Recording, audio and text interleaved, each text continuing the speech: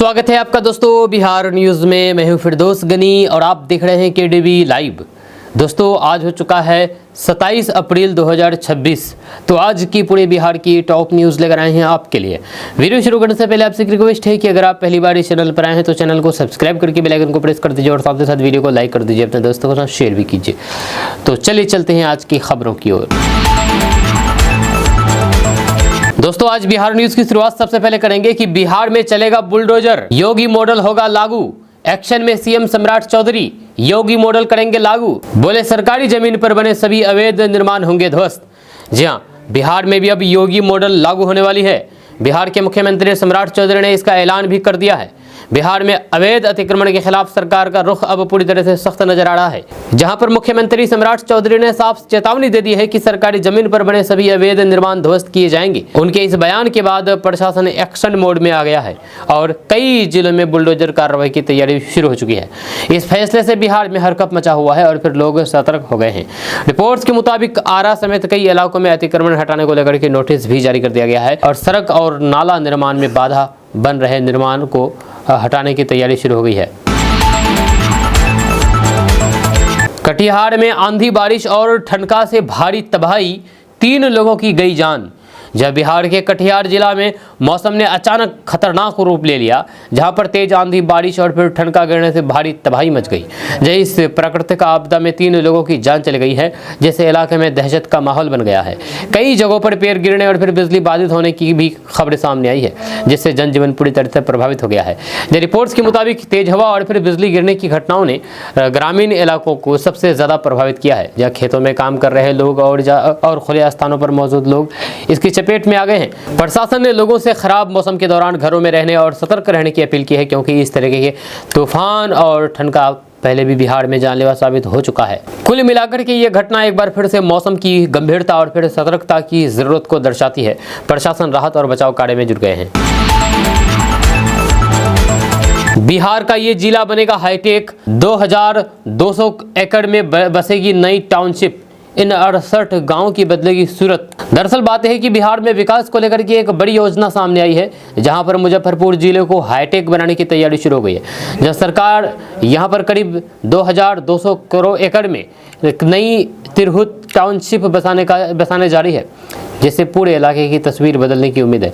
इस प्रोजेक्ट के तहत 68 गांवों को शामिल किया गया है, जिससे ग्रामीण क्षेत्रों का तेजी से शहरीकरण होगा। रिपोर्ट्स के मुताबिक इस टाउनशिप में आधुनिक सुविधाओं से लैस इंफ्रास्ट्रक्चर तैयार किया जाएगा, जिसमें चौड़ी सड़कें, पार्क, कमर्शियल हब और फिर इंडस्ट्रियल एरिया शामिल होंगे। जब सरकार ने योजना को सही तरीके से लागू करने के लिए जमीन की खरीद बिक्री पर भी रोक लगा दी है, जो 2027 तक लागू रहेगी। इसके अलावा जमीन मालिकों को विकसित प्लॉट में हिस्सेदारी देने का प्रावधान भी रखा गया है। कुल मिलाकर के ये प्रोजेक्ट बिहार में शहरी विकास को नई दिशा देने वाला माना जा रहा है, जिससे रोजगार और फिर निवेश के नए अवसर पैदा होंगे। सरकार का लक्ष्य है कि इस टाउनशिप को वर्ल्ड क्लास सुविधाओं से लैस किया जाए, ताकि ये आने वाले समय में एक मॉडल सिटी के रूप में उभरे। इस योजना से न सिर्फ इलाके की सूरत बदलेगी, बल्कि बिहार की आर्थिक स्थिति को भी मजबूती मिलेगी। बिहार में भी चलेगा बीजेपी का ऑपरेशन लोटस। आरजेडी और कांग्रेस पर लटक रही है टूट की तलवार। जहां देश की राजनीति में ऑपरेशन लोटस को लेकर के चर्चा तेज हो गई है, जहां अब इसके बिहार तक पहुंचने की अटकलें भी लगाई जा रही है। हाल ही में कुछ बड़े राजनीतिक घटनाक्रमों के बाद विपक्षी दलों ने हलचल बढ़ा दी है। इस बीच ये सवाल उठ रहा है कि क्या बिहार में भी बीजेपी नई रणनीति को लागू कर सकती है। रिपोर्ट्स के मुताबिक हाल के दिनों में अन्य राज्यों में हुए राजनीतिक बदलाव को देखते हुए विपक्षी दल खास करके आरजेडी और कांग्रेस सतर्क हो गई है। जब विपक्ष का आरोप है कि बीजेपी लगातार अपने पक्ष में माहौल बनाने की कोशिश कर रही है, जबकि बीजेपी इस तरीके के आरोपों को खारिज करती रही है। इसी खींचतान के बीच बिहार की सियासत में संभावित टूट को लेकर के चर्चाएं तेज हो गई है। सावधान, शरीर में पानी की कमी दर्शाते हैं 5 लक्षण, कहीं आप तो नहीं करते नजरअंदाज। दरअसल बात यह है कि गर्मी के मौसम में शरीर में पानी की कमी यानी कि डिहाइड्रेशन एक आम लेकिन खतरनाक समस्या बन सकती है, जैसे लोग अक्सर नज़रअंदाज कर देते हैं। जब शरीर में पानी कम हो जाता है तो फिर कई संकेत मिलने लगते हैं, लेकिन हम उन्हें समझ नहीं पाते हैं। विशेषज्ञों के अनुसार समय रहते इन लक्षणों को पहचानना बेहद ज़रूरी है, वरना यह गंभीर समस्या का रूप ले सकता है। रिपोर्ट्स के मुताबिक शरीर में पानी की कमी के कुछ सामान्य लक्षण होते हैं, जैसे ज़्यादा प्यास लगना, पेशाब का रंग गहरा होना, थकान और फिर कमजोरी महसूस होना, चक्कर आना और मुंह सूखना। इसके अलावा सिर दर्द और ध्यान केंद्रित करने में दिक्कतें भी इसके संकेत हो सकते हैं। अगर समय पर पानी नहीं पिया जाए तो फिर स्थिति और गंभीर हो सकती है और शरीर सही तरीके से काम नहीं कर पाता है। कुल मिलाकर के इन लक्षणों को नजरअंदाज करना भारी पड़ सकता है, इसलिए शरीर के संकेतों को जरूर समझना जरूरी है। डॉक्टरों का कहना है कि दिन भर पर्याप्त पानी पीना और गर्मी में खास ध्यान रखना बहुत जरूरी है, ताकि डिहाइड्रेशन से बचा जा सके। अगर लक्षण ज्यादा बढ़ जाए तो तुरंत डॉक्टर से संपर्क करना चाहिए, क्योंकि गंभीर स्थिति में इलाज की जरूरत पड़ सकती है। वैभव सूर्यवंशी, आप बड़े बड़े गेंदबाजों को पहली गेंद में छक्का क्यों मारते हो? वैभव सूर्यवंशी के जवाब ने लूटी महफिल। दरअसल बात यह है कि आईपीएल में अपने धमाकेदार प्रदर्शन से सुर्खियों में आए युवा बल्लेबाज बिहार के रहने वाले वैभव सूर्यवंशी का एक जवाब इन दिनों खूब वायरल हो रहा है। जब उनसे पूछा गया है कि वे बड़े बड़े दिग्गजों को पहले ही गेंद पर छक्का क्यों मारते हैं, तो उनका जवाब सुनकर के हर कोई हैरान रह गया। उन्होंने बेहद सादगी से कहा कि उसके लिए ये नॉर्मल चीज़ है और वे अपने खेल को लेकर के ज़्यादा दबाव नहीं लेते हैं। रिपोर्ट्स के मुताबिक वैभव सूर्यवंशी का खेल शुरू से ही आक्रामक रहा है और उन्होंने आईपीएल में भी कई बार पहली गेंद पर छक्का जड़ करके अपनी पहचान बनाई है। बड़े गेंदबाजों के सामने भी उनका आत्मविश्वास साफ नजर आता है, जहां पर वे बिना डरे खुल करके शॉट खेलने में विश्वास रखते हैं। बिहार के लाल हैं, यही कारण है कि वे एक कम उम्र में ही बड़े मंच पर अपनी अलग पहचान बना है। जहाँ कुल मिलाकर के वैभव सूर्यवंशी का ये जवाब उनके आत्मविश्वास और बेखौफ अंदाज को दर्शाता है, जो उन्हें बाकी खिलाड़ियों से अलग बनाता है। क्रिकेट एक्सपर्ट का मानना है कि अगर वह इसी तरह से खेलते रहे तो फिर आने वाले समय में भारतीय क्रिकेट को एक बड़ा स्टार मिल सकता है। या उनकी बल्लेबाजी का ये अंदाज ही उन्हें खास बनाता है और फिर फैंस के बीच तेजी से लोकप्रिय कर रहा है। बिहार में वर्दी पहन करके रील बनाने पर सख्ती, पुलिस मुख्यालय ने कहा नहीं जारी हुआ कोई नया आदेश। दरअसल बात यह है कि बिहार में वर्दी पहन करके रील बनाने को लेकर के बड़ी खबर सामने आई है, जहां पर इस मुद्दे पर पुलिस मुख्यालय ने अपनी स्थिति स्पष्ट करती है। हाल के दिनों में सोशल मीडिया पर सख्ती को लेकर के कई तरीके की बातें सामने आ रही थी, जिसके बाद मुख्यालय ने कहा कि इस संबंध में कोई भी नया आदेश जारी नहीं किया गया है। इस बयान के बाद मामले को लेकर के चल रही अटकलों पर विराम लग गया है। रिपोर्ट्स के मुताबिक पुलिस मुख्यालय ने साफ कर दिया है कि वर्दी को लेकर के जो नियम है वह पहले से ही लागू है और उन्हीं के तहत कार्रवाई की जाती है। जब पुलिस मैनुअल में वर्दी की गरिमा बनाए रखने और फिर अनुशासन का पालन करने के स्पष्ट निर्देश दिए गए हैं। ऐसे में वर्दी पहन करके अनुचित रील या फिर वीडियो बनाना नियमों के खिलाफ माना जाता है और इस पर कार्रवाई भी की जा सकती है। कुल मिलाकर के पुलिस विभाग का ये कदम अनुशासन और फिर पेशेवर छवि को बनाए रखने की दिशा में अहम माना जा रहा है। यह विभाग अब सोशल मीडिया गतिविधियों पर भी नजर बनाए हुए हैं, ताकि किसी तरीके की लापरवाही ना हो। आने वाले समय में इस तरीके के मामलों में और सख्ती देखने को मिल सकती है, जिससे वर्दी की गरिमा और व्यवस्था दोनों कायम रह सके। पप्पू यादव की बड़ी मुश्किलें, महिलाओं पर टिप्पणी करके फंसे सांसद, शिकायत दर्ज कराने थाने पहुंची बीजेपी। दरअसल बात यह है कि बिहार की राजनीति में एक बार फिर से विवाद खड़ा हो गया, जहां पर सांसद पप्पू यादव अपने एक बयान को लेकर के घिरते नजर आ रहे हैं।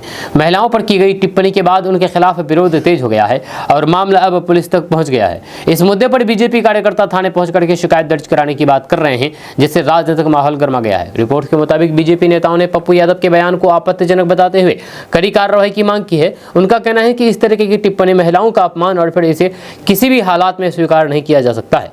इस मामले को लेकर के पार्टी के कार्यकर्ताओं में भी नाराजगी देखी जा रही है और विरोध प्रदर्शन की भी संभावना जताई जा रही है। कुल मिलाकर के ये मामला अब सियासी टकराव का रूप लेता दिख रहा है, जहां पर एक बयान को लेकर के दोनों पक्ष आमने सामने आ गए हैं। आने वाले दिनों में इस मुद्दे पर और भी बयानबाजी और कानूनी कार्रवाई देखने को मिल सकती है। ऐसे में ये विवाद बिहार की राजनीति में नया मोड़ ले सकता है।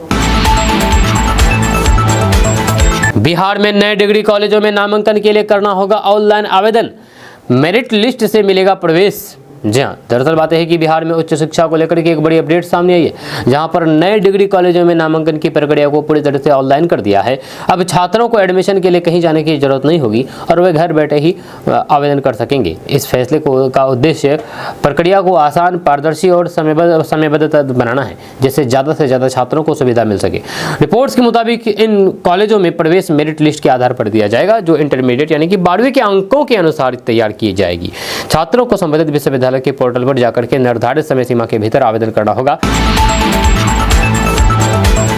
बिहार में स्वच्छ सर्वेक्षण 2026 शुरू, शहरों की किस्मत जनता के हाथ, देने होंगे इन 13 सवालों के जवाब। दरअसल बात यह है कि बिहार में स्वच्छता को लेकर के एक बड़ी पहल की शुरुआत हो गई है, जहां पर स्वच्छ सर्वेक्षण 2026 की प्रक्रिया शुरू कर दी गई है। इस बार खास बात यह है कि शहरों की रैंकिंग के आम जनता की भागीदारी को सबसे ज़्यादा महत्व दिया जा रहा है। लोगों से सीधे फीडबैक लिया जाएगा जिससे शहरों की असली स्थिति सामने आ सके और फिर सफाई व्यवस्था को बेहतर बनाया जा सके। रिपोर्ट्स के मुताबिक सर्वेक्षण के तहत नागरिकों को 13 सवालों के जवाब देने होंगे जो सफाई, कचरा प्रबंधन और फिर सार्वजनिक सुविधाओं से जुड़े होंगे। ये फीडबैक मोबाइल ऐप और फिर ऑनलाइन प्लेटफॉर्म के जरिए लिया जाएगा ताकि ज़्यादा से ज़्यादा लोग इसमें हिस्सा ले सके। यह सरकार का मानना है कि जनता की भागीदारी से ही सही मूल्यांकन संभव है और इससे शहरों में सुधार की दिशा तय होगी। कुल मिलाकर के स्वच्छ सर्वेक्षण 2026 के बिहार के शहरों के लिए ये एक बड़ा अवसर लेकर के आया है जहां पर जनता सीधे अपने शहर की रैंकिंग तय करने में भूमिका निभाएगी। इससे न सिर्फ सफाई व्यवस्था में सुधार होगा बल्कि नगर निकायों पर भी बेहतर काम करने का दबाव बनेगा। आने वाले समय में ये अभियान बिहार को स्वच्छ और सुंदर बनाने की दिशा में अहम कदम साबित हो सकता है। नीतीश कुमार के बाद अब एक्शन में आए लालू यादव। सुबह सुबह यहां पर हुए रवाना, सियासी हलचल तेज। दरअसल बात यह है कि बिहार की राजनीति में एक बार फिर से हलचल तेज हो गई है जहां पर नीतीश कुमार के बाद अब लालू प्रसाद यादव भी एक्शन मोड में आ गए हैं। जब सुबह सुबह उनके अचानक रवाना होने की खबर ने सियासी गलियारों में चर्चा और तेज कर दिया है। उनके इस कदम को मौजूदा राजनीतिक हालात से जोड़ करके देखा जा रहा है जैसे कई तरह के कयास लगाए जा रहे हैं। रिपोर्ट्स के मुताबिक लालू प्रसाद यादव का ये दौरा बेहद अहम माना जा रहा है और इसके पीछे बड़ी राजनीतिक रणनीति हो सकती है। हाल के दिनों में बिहार की राजनीति में तेजी से बदलाव देखने को मिल रहे हैं। ऐसे में उनका सक्रिय होना कई संकेत दे रहा है। बिहार की राजनीति में बड़ा बदलाव, सीएम पद छोड़ने के बाद नई भूमिका में दिखे नीतीश। दरअसल बात यह है कि बिहार की राजनीति में बड़ा बदलाव देखने को मिल रहा है जहां पर मुख्यमंत्री पद छोड़ने के बाद नीतीश कुमार अब नई भूमिका में नजर आ रहे हैं। हाल के दिनों में उनकी सक्रियता लगातार बढ़ी है और वे संगठन स्तर पर ज़्यादा ध्यान दे रहे हैं। इस बदलाव को बिहार की राजनीति में एक नए चरण की शुरुआत के रूप में देखा जा रहा है जिससे सियासी हलचल भी तेज हो गई है। रिपोर्ट्स के मुताबिक नीतीश कुमार अब पार्टी संगठन को मजबूत करने और फिर कार्यकर्ताओं से सीधे जुड़ने पर फोकस कर रहे हैं। जब वे लगातार बैठकों और फिर कार्यक्रमों में हिस्सा ले रहे हैं जिससे ये संकेत मिल रहा है कि वे अब रणनीतिक भूमिका निभाने की तैयारी में हैं। उनके इस कदम को आने वाले चुनाव और फिर राजनीतिक समीकरणों से जोड़ करके देखा जा रहा है। कुल मिलाकर के मुख्यमंत्री पद छोड़ने के बाद नीतीश कुमार की ये नई भूमिका बिहार की राजनीति में बड़ा असर डाल सकती है। इससे न सिर्फ पार्टी को नई दिशा मिल सकती है बल्कि बिहार की सियासत में भी नए समीकरण बन सकते हैं। आने वाले समय में उनकी सक्रियता और फैसले राजनीतिक माहौल को और प्रभावित कर सकते हैं। सीएम सम्राट चौधरी के घर की सीढ़ी को तारापुर में प्रशासन ने तोड़ा। क्या बोले बिहार के मुख्यमंत्री सम्राट चौधरी। दरअसल बात यह है कि बिहार में प्रशासनिक कार्रवाई को लेकर के एक अनोखा मामला सामने आया है। बिहार के मुख्यमंत्री सम्राट चौधरी के घर से जुड़ी सीढ़ी को भी प्रशासन ने तोड़ दिया है। ये कार्रवाई तारापुर में अतिक्रमण हटाने के दौरान की गई जिससे पूरे इलाके में चर्चा का माहौल बन गया। इस घटना के बाद लोगों के बीच ये सवाल उठने लगा है कि आखिर इस पर मुख्यमंत्री की क्या प्रतिक्रिया होगी। रिपोर्ट्स के मुताबिक प्रशासन द्वारा ये कार्रवाई सड़क और फिर सार्वजनिक स्थान को अतिक्रमण मुक्त कराने के अभियान के तहत की गई है। बताया जा रहा है कि नियमों के अनुसार भी जो भी निर्माण का जमीन सरकारी जमीन पर पाया गया उसे हटाया गया, चाहे वह किसी का भी हो। इस बीच मुख्यमंत्री सम्राट चौधरी ने कहा, साफ कर दिया है कि कानून सबके लिए समान है और किसी को भी विशेष छूट नहीं दी जाएगी। कुल मिलाकर के यह मामला एक सख्त संदेश के तौर पर देखा जा रहा है कि सरकार अतिक्रमण के खिलाफ बिना भेदभाव की कार्रवाई कर रही है। मुख्यमंत्री का यह बयान भी यही संकेत देता है कि नियमों का पालन किसी भी तरीके की ढील नहीं दी जाएगी। आने वाले समय में इस तरह की कार्रवाई और तेज हो सकती है जिससे प्रशासनिक सख्ती और स्पष्ट नजर आएगी। देश में रसोई गैस को लेकर के बड़ा बदलाव, 1 मई से एलपीजी बुकिंग के नियमों में होगा बदलाव। दरअसल बात है कि देश में रसोई गैस को लेकर के बड़ा बदलाव देखने को मिल सकता है जहां पर 1 मई से एलपीजी बुकिंग के नियमों में बदलाव की तैयारी चल रही है। खबरों के मुताबिक तेल कंपनियां जैसे कि इंडियन, भारत गैस और एचपी गैस नए नियमों पर विचार कर रही है। अगर ये बदलाव लागू होते हैं तो फिर इसका सीधा असर आम लोगों के गैस बुकिंग और फिर डिलीवरी प्रक्रिया पर पड़ेगा। रिपोर्ट्स के अनुसार सबसे बड़ा बदलाव ये हो सकता है कि एक सिलेंडर बुक करने के बाद दूसरे सिलेंडर के लिए कम से कम 25 दिनों का इंतजार करना पड़े। इसके अलावा ओटीपी आधारित डिलीवरी सिस्टम सिस्टम को भी अनिवार्य कर दिया जा सकता है, यानी कि बिना OTP बताए गैस डिलीवर सिलेंडर नहीं मिलेगा। इस कदम का उद्देश्य फर्जी डिलीवरी और फिर गड़बड़ी को रोकना बताया जा रहा है। वहीं पर कुल मिलाकर के ये बदलाव अभी प्रस्तावित है और अंतिम फैसला आना बाकी है, लेकिन अगर लागू हुए तो फिर आम उपभोक्ताओं की दिनचर्या पर इसका असर पड़ सकता है। सरकार और कंपनियां गैस सप्लाई को संतुलित रखने और फिर पारदर्शी बनाने के लिए ये कदम उठा सकती है। ऐसे में लोगों को नए नियमों के लिए तैयार रहने की सलाह दी जा रही है। मुजफ्फरपुर सोनबरसा 4 लेन निर्माण को रफ्तार जल्द, भूमि अधिग्रहण की अधिसूचना और टेंडर जारी। दरअसल बात यह है कि बिहार में सड़क विकास को लेकर के एक बड़ी खबर सामने आई है, जहां पर मुजफ्फरपुर से सोनबरसा तक 4 लेन सड़क निर्माण को अब तेजी मिलने वाली है।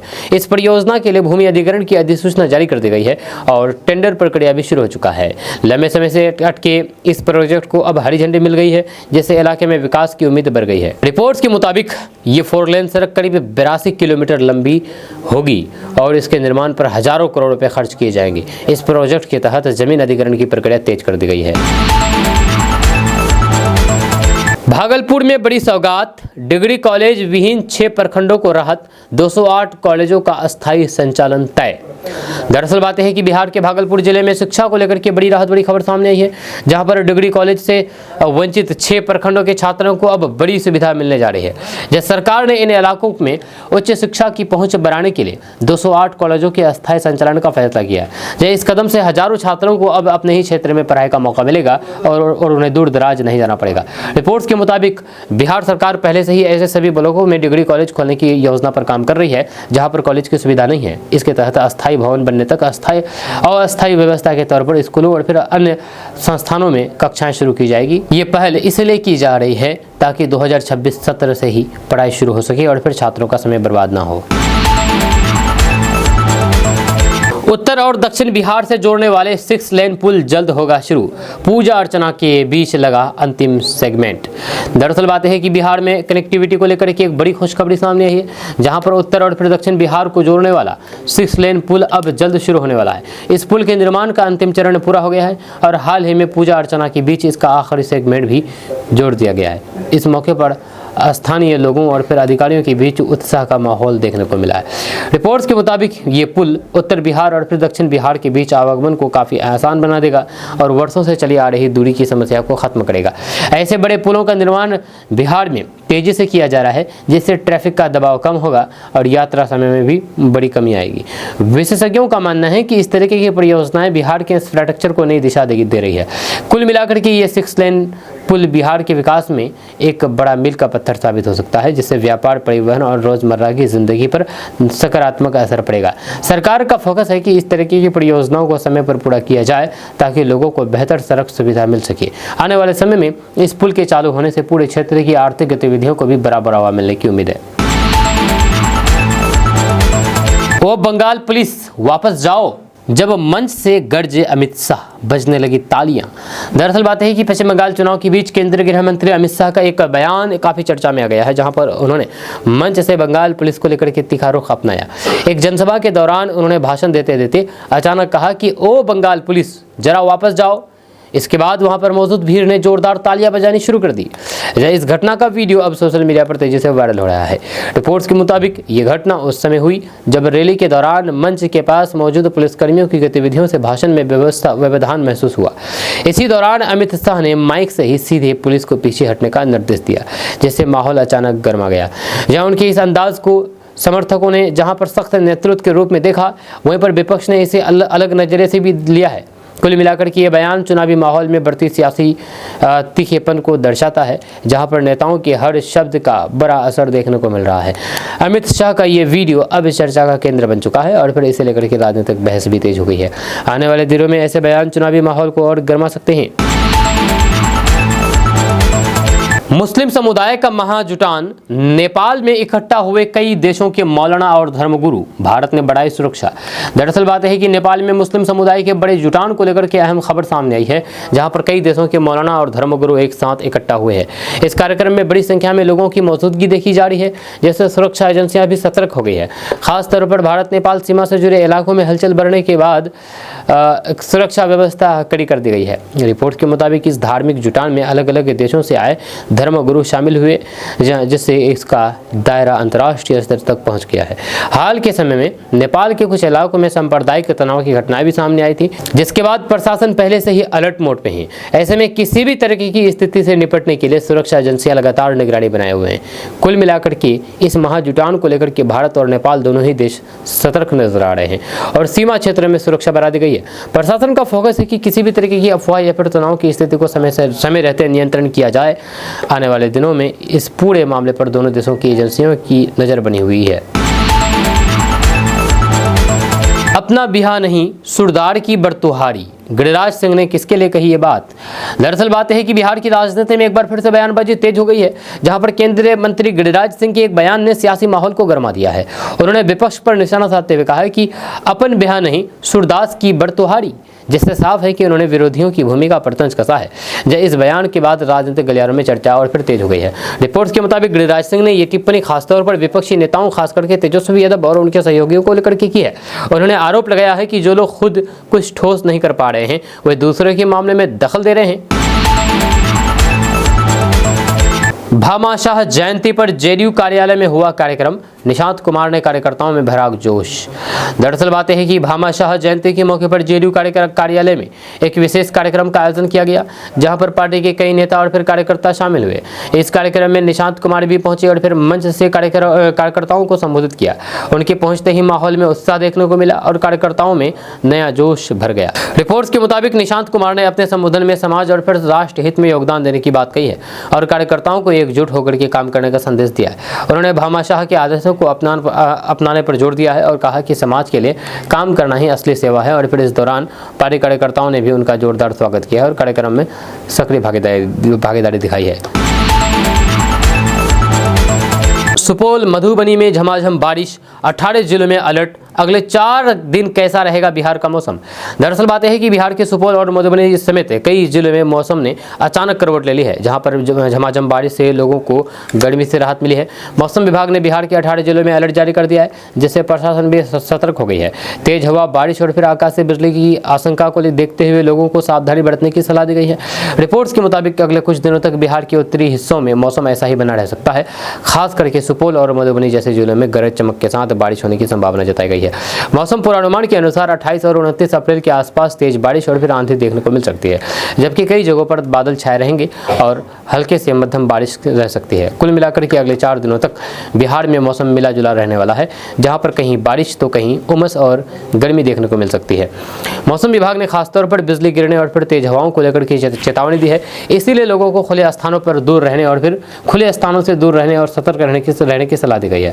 ऐसे में ये बारिश जहां पर राहत दे रही है, वहीं पर सावधानी भी उतनी ही जरूरी है। तेजस्वी यादव के बयान पर उप मुख्यमंत्री विजय कुमार चौधरी ने कसा तंज, कहा उन्हें उम्मीद नहीं थी कि तेजस्वी यादव अपने रुख में बदलाव लाएंगे।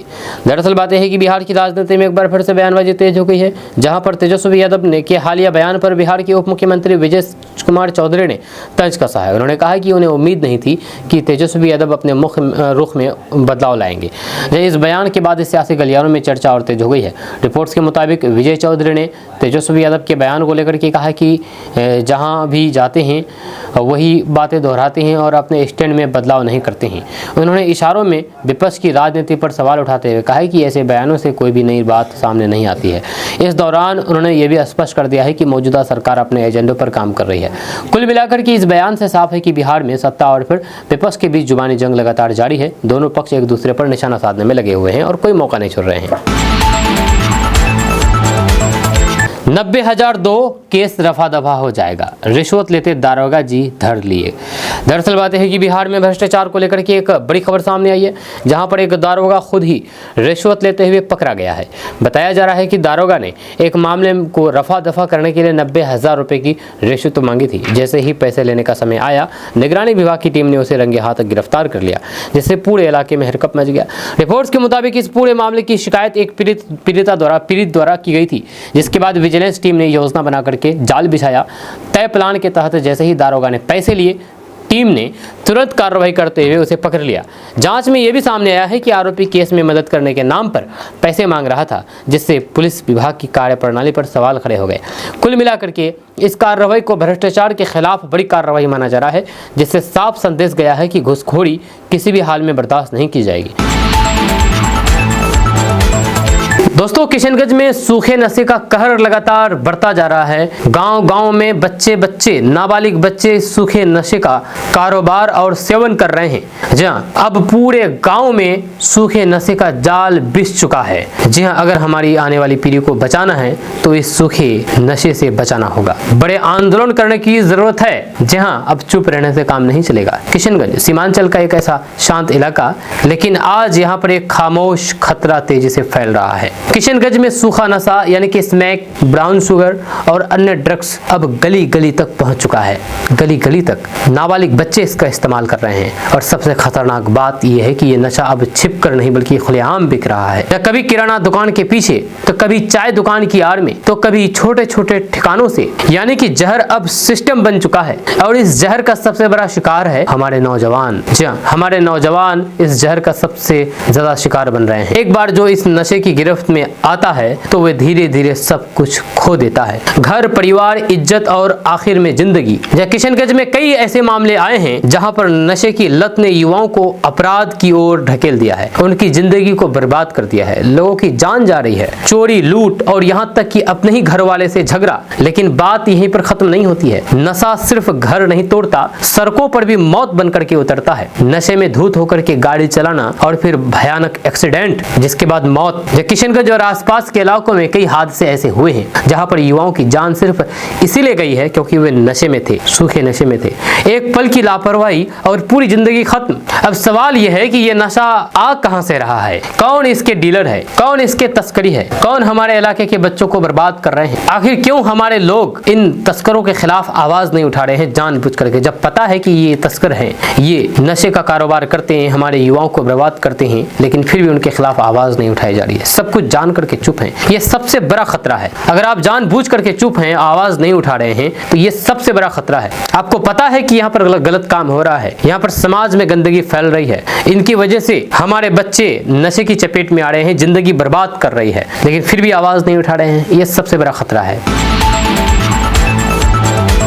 दोस्तों, सीमांचल में घुसपैठ पर सख्ती बरती जाएगी। 34 गांवों में हाईटेक वॉच टावर बनाया जाएगा, जिससे ड्रोन से निगरानी होगी। जी हां, सीमांचल खास करके किशनगंज और अररिया, जहां पर सालों से घुसपैठ और फिर तस्करी का बड़ा मुद्दा रहा है, अब यहां पर तस्वीर बदलने वाली है। किशनगंज से लेकर के अररिया तक फैले भारत नेपाल सीमा क्षेत्र में अब सुरक्षा का नया अध्याय शुरू होने जा रहा है। केंद्र सरकार ने एक बड़ा मास्टर प्लान तैयार किया है, जिसके तहत सीमांचल के 34 गाँव में हाईटेक वॉच टावर बनाए जाएंगे। जी हां, अब सिर्फ चौकीदारी ही नहीं बल्कि टेक्नोलॉजी से निगरानी होगी। जी हां, अब सिर्फ चौकीदारी ही नहीं बल्कि टेक्नोलॉजी से निगरानी होगी। इन वॉच टावरों में सिर्फ गार्ड ही नहीं होंगे बल्कि siren system, public announcement system और हाईटेक सर्विलांस सिस्टम भी लगे होंगे। यानी कि अगर कहीं कोई संदिग्ध हलचल होती है तो तुरंत पूरे इलाके को अलर्ट कर दिया जा सकेगा। लेकिन कहानी यहीं पर खत्म नहीं होती। अब सीमा की निगरानी सिर्फ जमीन से ही नहीं, आसमान से भी होगी। ड्रोन कैमरा के जरिए पूरे बॉर्डर पर नजर रखी जाएगी। सीमांचल से कोसी तक फैली करीब 231 किलोमीटर लंबी सीमा, जहां पर कई सीमा पिलर या तो क्षतिग्रस्त हैं या गायब हैं, अब उन्हें फिर से स्थापित किया जा रहा है ताकि सीमा की पहचान और सुरक्षा दोनों मजबूत हो सके। ये पूरी योजना केंद्र सरकार के वाइब्रेंट विलेज प्रोग्राम के तहत लाई गई है। इसमें किशनगंज के 22 गांव और अररिया के 12 गांव शामिल किए गए हैं। लेकिन ये सिर्फ सुरक्षा का प्लान नहीं बल्कि विकास का भी ब्लूप्रिंट है। इन गाँव में शिक्षा, स्वास्थ्य, सड़क और फिर अन्य बुनियादी सुविधाओं को भी बेहतर बनाया जाएगा। यानी कि पहली बार सीमावर्ती गाँव को सिर्फ संवेदनशील इलाका नहीं बल्कि विकास का केंद्र बनाने की कोशिश हो रही है। इधर इस पूरे मुद्दे पर देश के गृह मंत्री अमित शाह ने मई के पहले सप्ताह में एक बड़ी बैठक भी बुलाई है, जिससे साफ है कि केंद्र सरकार इस मामले को लेकर के पूरी तरह से गंभीर है, क्योंकि ये इलाका लंबे समय से घुसपैठ और तस्करी के लिए संवेदनशील माना जाता रहा है और अब इस पर टेक्नोलॉजी और प्लानिंग के जरिए सख्ती दिखाई जा रही है। अब सबसे बड़ा सवाल कि क्या ये हाईटेक वॉच टावर और ड्रोन निगरानी वाकई घुसपैठ और तस्करी को रोक पाएंगे या फिर ये भी कागजों तक सीमित रह जाएगा। लेकिन अगर ये योजना जमीन पर सही तरीके से लागू हुई तो सीमांचल की तस्वीर सच में बदल सकती है, क्योंकि पहली बार सुरक्षा और फिर विकास दोनों को साथ लेकर के चलने की बात हो रही है। आपका इसके बारे में क्या कहना है नीचे कमेंट बॉक्स में कमेंट करके जरूर बताइएगा।